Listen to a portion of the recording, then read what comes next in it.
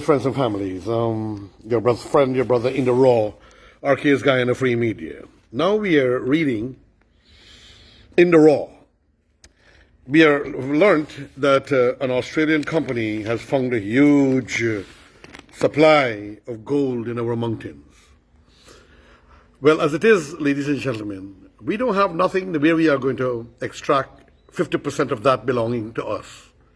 It all goes to them, with a next to nothing and a little bit of royalty, and they enrich their company, their shareholders, their country, and possibly they will have a tax-free incentive when we'll give them all the oil and fuel, and we, the ordinary poor citizens of Guyana, will have to pay for all their expenses, tax-free, and we, the people, have to pay for it, ladies and gentlemen. And then further to that, if along the way they decide they're getting a big money to sell to any scavenger company around the world, they will say they're not finding gold. They bring in a few tents, a few air-conditioned tents, build some small buildings, bring in a few machinery, and then they say they're not making money, and then they sell out and they take all their money like Guyana Goldfields did.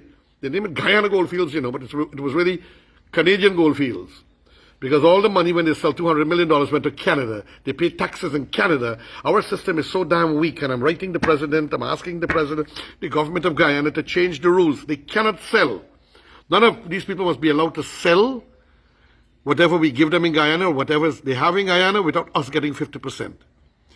And if they sell, they have to refund us all of our tax-free incentives. And we must get 50%. That's why I like Forbes Burnham. I'm talking it quite clear. I like Forbes Burnham because Forbes Burnham says 50% or leave it right there. And if they drill for oil or whatever, we don't pay, or we should never pay any pre-contract costs. It's ludicrous. It's ridiculous. Suriname has such a better deal. Can we study and learn government of Guyana from Suriname? They can check the books anytime. We can only check the books once a year. We are really some weaklings in this country. And I'm calling on the president, and particularly President Barra Jagdeo, who is a tough one, who can get these things done. This is ridiculous, nonsensicalities, and so on. So this Canadian government company, I beg your pardon, Canada's in my head because of so-called Canadian Goldfields, which they named Guyana Goldfields to pull wool over our eyes. They got tax money after it sold $200 million. Their shareholders got money. They got money. Guyana got, and we financed them tax-free, everything. We got nothing out of them, ladies and gentlemen. Nothing from Guyana Goldfields. Nothing. Now, so the Australian company has found a large block of gold. I wish the Guyanese had done that and turned rich. But you see, they have the satellite and they have these imagery out there and with their government support and so on, and they can go into the earth and they can find these things using what the Quran actually, some people misunderstand it. They thought it was a person with an eye in the middle of the head. It was really referring to the Dajjal in Islam, referring to the satellite. That satellite out there, about this height, not too big, but could penetrate into the depth of your heart and your home and your life. So we got to do something, or else these people will draw everything out of our country, like what happened to Aruba. And we don't have beach and sand, right? Because Aruba, the Spanish, sucked out every bit of resource they have, all their gold. And lucky for their sand and the good governance, they were able to turn it into a tourist attraction in demand and well marketed. So even I went. So Australians are no angels. And business people could be very deceptive, dishonest, and very few, ladies and gentlemen. I mean, there are some of us around. But some of us don't know how to do dishonesties. Some of us don't know how to cheat. We don't know how to skim our country. We don't know. And so we have to suffer. But all those who are gluttonous and deceitful and evil, they know exactly what to do, my divine friends and family. So here we have, in the Kaieteur news of Sunday 22nd, Australian executive arrested for bribing Iraqi government officials in multi-million oil contracts. So these are bad people. They don't come to your country because they love you. They come to your country to suck your resources. Before we found our oil, and before they realized the amount of gold we had, did they ever think of coming to Guyana? Did they ever watch Guyana? My dear, beloved friends and families, did they ever think of Guyana? No. But their eyes are here now. They found the mountain of gold. I'm telling you, ladies, that they found a mountain of gold. And we will get a next to nothing royalty, no percentage, and they might establish their own landing strip so they could fetch the gold out of our country, friends and families.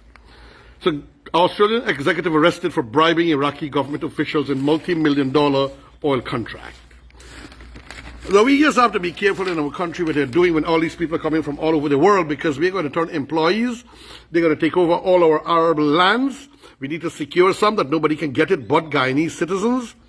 And Guyanese need to be a part, whether they're coming from India or China or Norway or Broadway or the USA, or they must have Guyanese partly involved with little or no investments. And they must not be allowed to bring every employee of their own. Guyanese must have the opportunity, not whether as employees, but also with some power.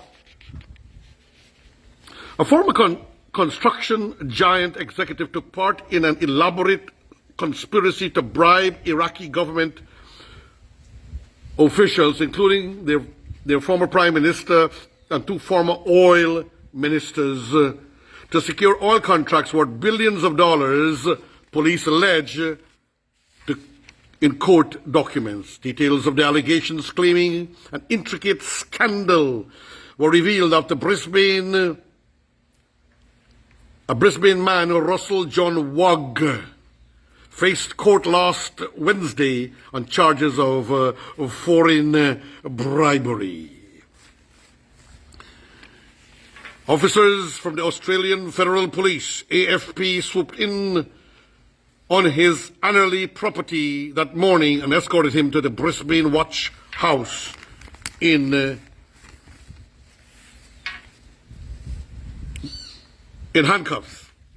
He appeared in Brisbane arrest court via video link, where prosecutor Lindsay Glenn, acting for the Commonwealth Director of Public Prosecution, asked for his extradition to Sydney. Ward did not seek any legal representation from the duty lawyer.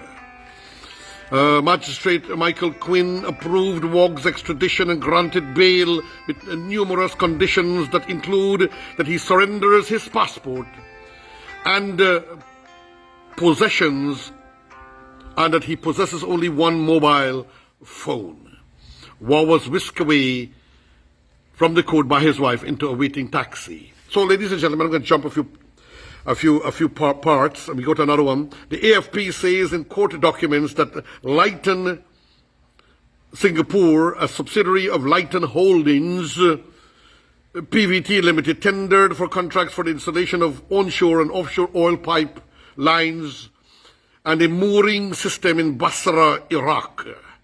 Between 2009 and 2011, the project had a combined value of US 1.46 billion, $2 billion US dollars. Entities associated with United Arab Emirates businessman Ramji Ayer and Monaco-based energy company Yuna Oil Limited were engaged as subcontractors for the project.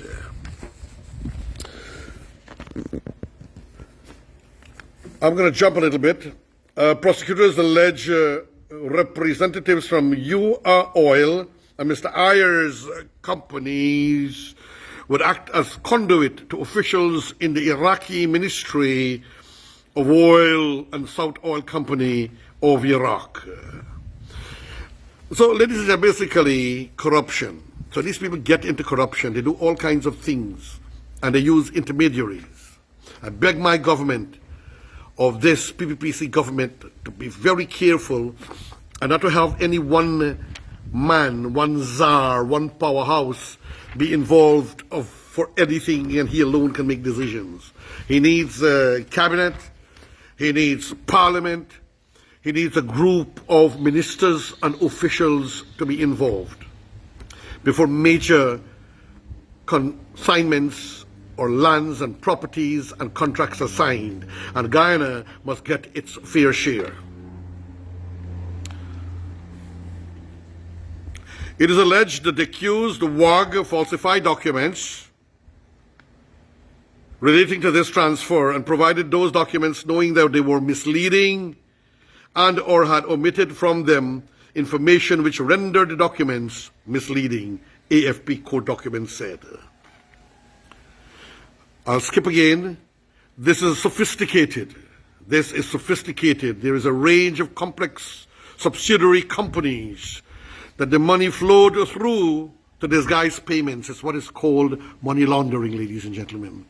Like what we see in Guyana, a certain security company with a host of businesses with money pouring in from failed real estate thieveries and dishonesties that took place in the United States that destroyed careers are coming to Guyana and through a security company to launder and other subsidiaries that they have to launder money. Same mentality here, my friends and family, same mentality.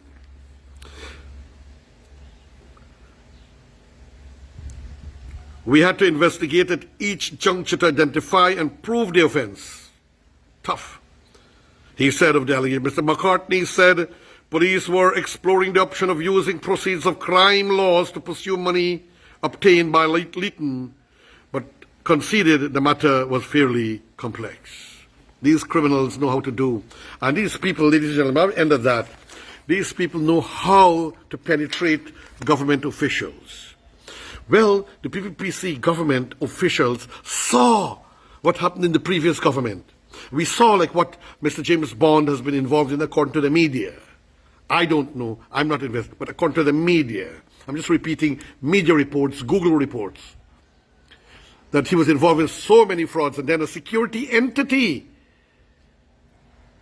was involved with him, and out of his deal he got $60 million according to the articles in the media and according to the word of the security operative. So security services has become an amazing conduit for money laundering of evil and drug monies and other kinds of monies committed and gotten by fraud. I asked the United States government, the DA and others to investigate, help our government.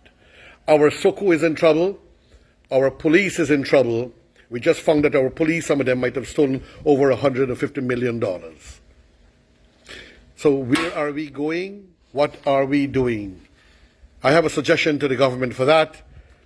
I will do that in a writing in the media this very week. Your friend, your brother, me, Haji Dr. Roshan Khan, calling upon the government.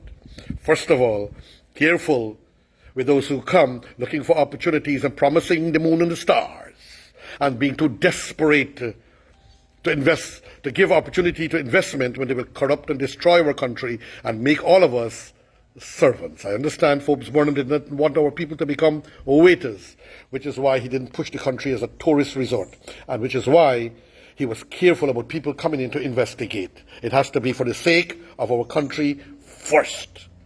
I'm not saying deny, but I'm saying for our country first. Your friend, your brother, me, Haji Dr. Roshan Khan, saying thank you and farewell, friends.